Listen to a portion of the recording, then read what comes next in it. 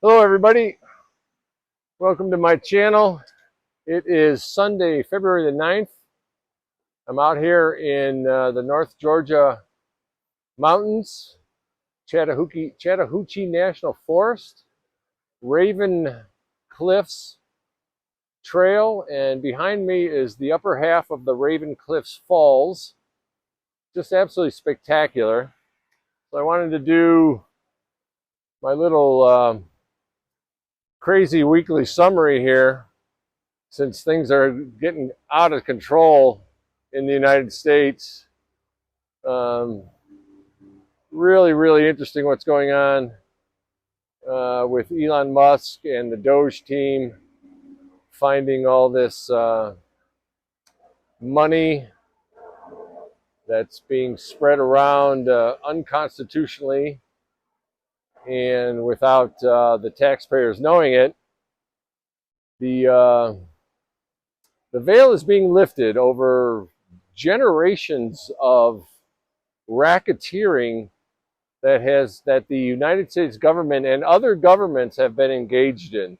This is only the beginning. This whole USAID affair that came out this week,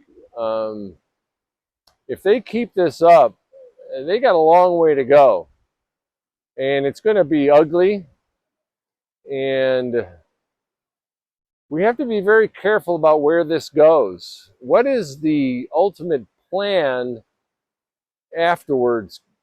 I really wish Trump would come out and say, you know, we are going to get back to a democratic republic that abides by our Constitution and our Bill of Rights. But I'm not hearing that yet. Maybe some of you are, but that's what I want to hear. Because this could also go a very different way. This could be about 30 or 40 BC when Julius Caesar crossed the Rubicon and came into Rome. He had been up all the way up in the what we call Britain now, Britannia they called it in Roman times. But he came all the way back to Rome, and of course we all know the story of how he became dictator, the first dictator, and then of course was assassinated. So this could go in a few different directions, and I hope that people will realize that we have to be vocal about getting back to our Constitution, but I'm not hearing that yet. So I'm doing my part. That's all we can do. And just pray. But it is quite a sight to behold. Mr. Trump is definitely a massive disruptive force. It was inevitable. It doesn't matter what you think about him personally or whether he does create a lot of daddy issues for people. You can see that. But it doesn't matter what you think about him. This was inevitable. Just like the fall of every empire, Rome is just the one that we probably know best, thanks to the series of books. I actually read the books about 20-some years ago, The Fall of the Roman Empire. I think it was Edward Gibbon's. So this was inevitable. If it wasn't Trump, it would have been somebody else, because it just could not continue. And the fact that the USAID was making payoffs to reporters,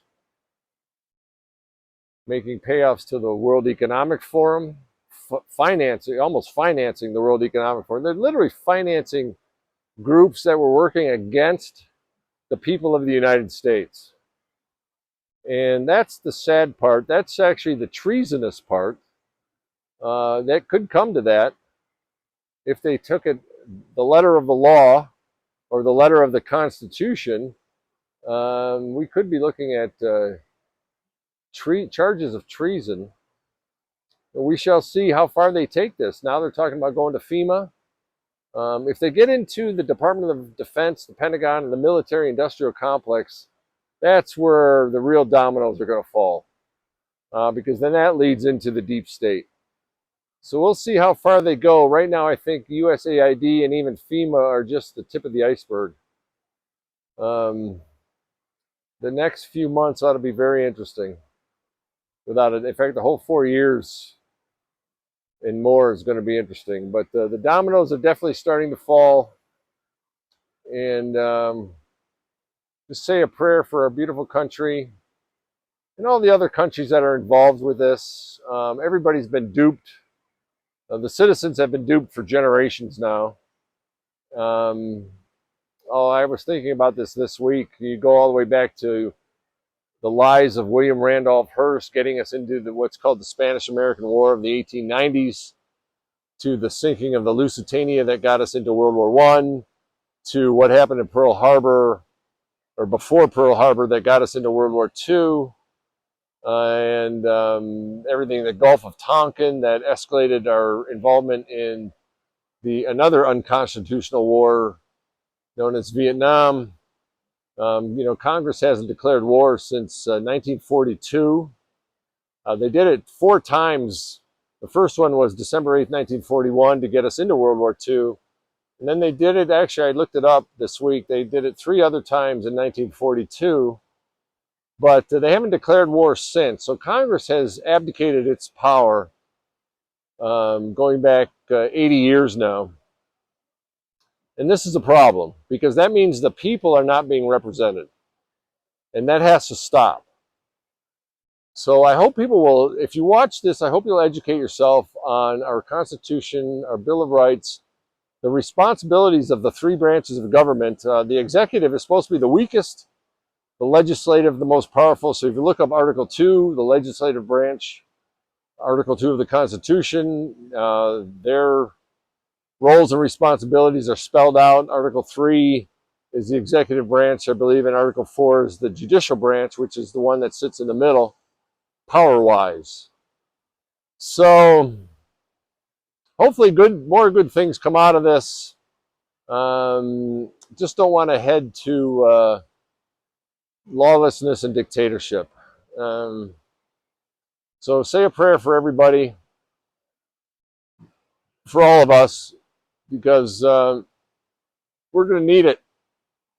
So I'm going to go explore some more waterfalls, and I'll put this video up, and I'll put another video up about the whole waterfall excursion today, later on Sunday evening. All right? Until next time, bye now.